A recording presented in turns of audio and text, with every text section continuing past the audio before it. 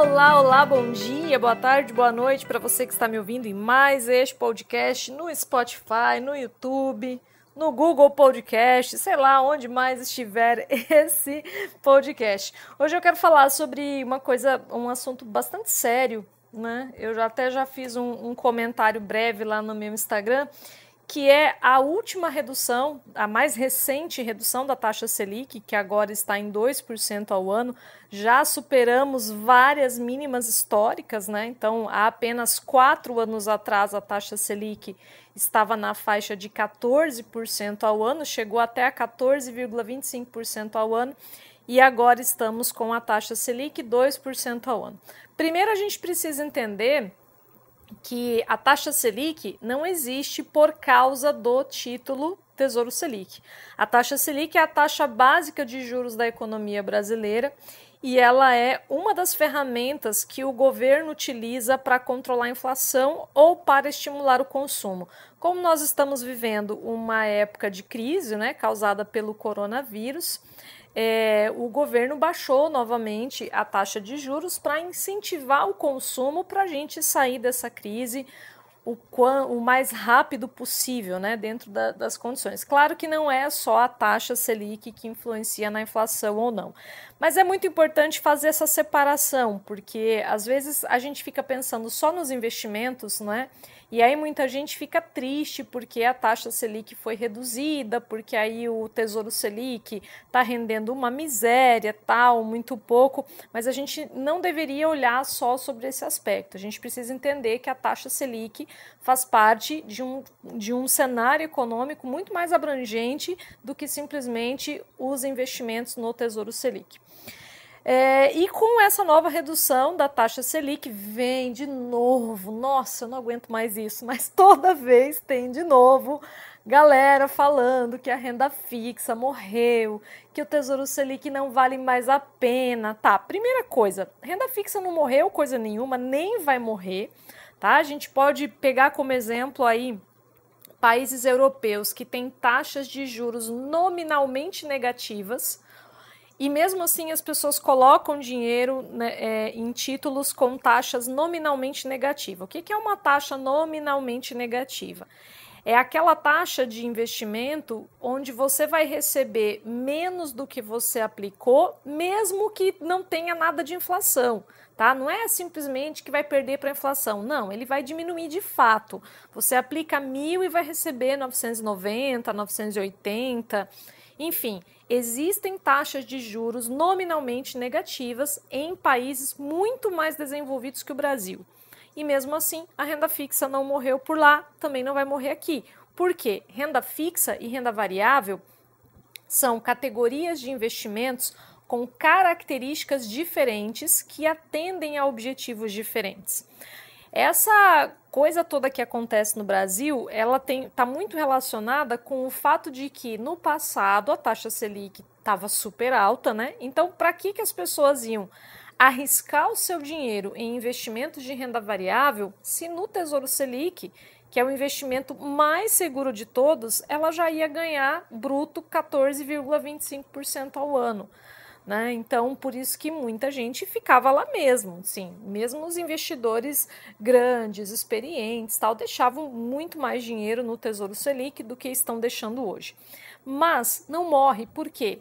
Renda fixa é, acima de tudo, para você manter uma parte do seu dinheiro em segurança, tá? Então, Tesouro Selic continua sendo a melhor opção para reserva de emergência. Agora, por que tem tanto esse discurso de que não vale mais a pena deixar no Tesouro Selic? Justamente porque ainda tem muitos brasileiros que deixam todo o dinheiro, né, no Tesouro Selic ou na poupança, que é pior ainda. E aí, essa quantia, ela extrapola a necessidade de reserva de emergência. Ah, mas o que é reserva de emergência? Veja só, quando você começa a investir o seu dinheiro, seu primeiro objetivo de todos deve ser a formação da reserva de emergência. Sua reserva financeira tem um monte de nome, cada pessoa por aí está inventando um nome. Então, tem gente que chama de colchão de liquidez, reserva do sossego, tal. O que é isso? É você manter um dinheiro investido com segurança e com liquidez. O que significa isso? Significa que segurança, não tem o risco do seu dinheiro literalmente diminuir, tá? Se você aplicou R$1.000, você vai resgatar R$1.000 mais alguns centavos, alguns reais, dependendo do tempo que você deixou o dinheiro lá. Não existe o risco de você resgatar menos do que você aplicou. E liquidez, você pode resgatar quando você quiser. Porque se é uma reserva financeira para você usar em emergências, para você usar em oportunidades, em imprevistos, você precisa ter liberdade de sacar esse dinheiro sem sofrer prejuízo. Que é bem diferente do que acontece quando você investe em renda variável. Pega o exemplo aí dos fundos imobiliários.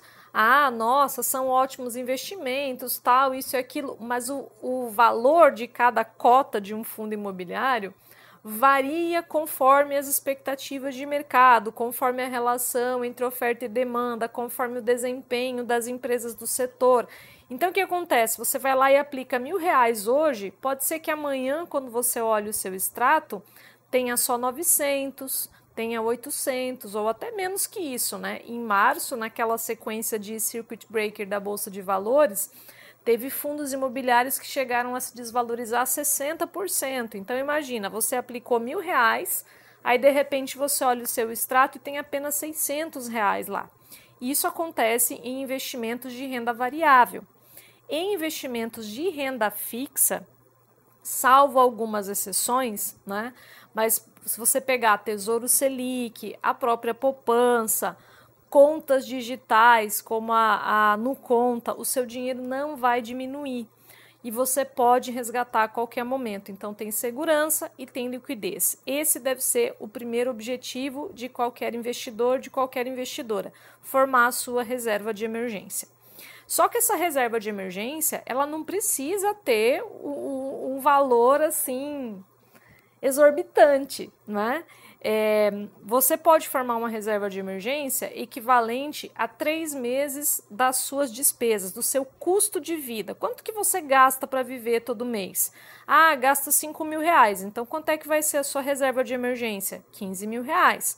Ah, mas eu preciso de uma reserva de emergência maior, Ellen, porque pode acontecer isso, pode acontecer aquilo. Beleza, eu sou favorável à ideia de formar uma reserva de emergência equivalente a 12 meses do seu custo de vida. Então, se você gasta R$5.000 para viver, quanto é que precisa ser a sua reserva de emergência? R$60.000. Aí a pessoa vai lá e tem R$120.000 aplicado no Tesouro Selic. Precisa deixar R$120.000 aplicado no Tesouro Selic? Ou na Nuconta, ou no CDB com liquidez diária? Não precisa. Você pode tirar metade desse dinheiro de lá, né? Deixa 60.000 lá, que é a sua reserva de emergência, e os outros 60.000, aí você vai diversificar.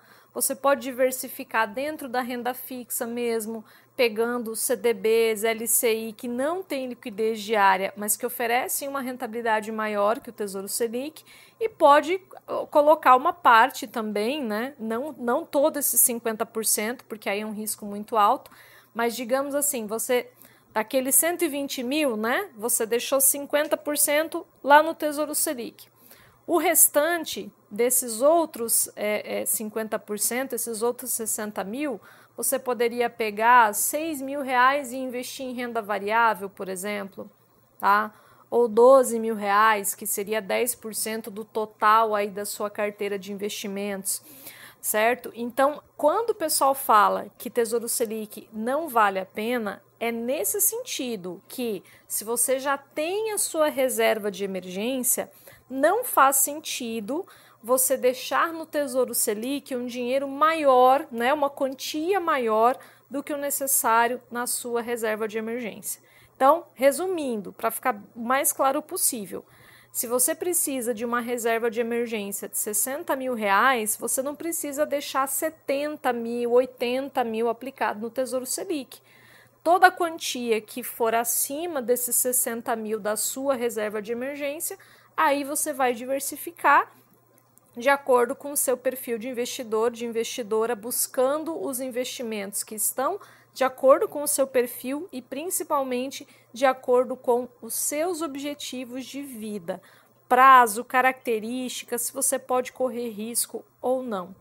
Beleza, vou ficando por aqui, já falei um monte, né? Se você tá me ouvindo pelo YouTube e ficou com alguma dúvida, pode deixar suas dúvidas aqui no comentário. Quem tá me ouvindo pelo Spotify ou por outro canal de podcast, quiser deixar alguma dúvida, vem aqui pro YouTube e coloca sua dúvida aqui nos comentários, que eu me esforço para responder quase todas. Um grande beijo e até o próximo podcast, o próximo vídeo.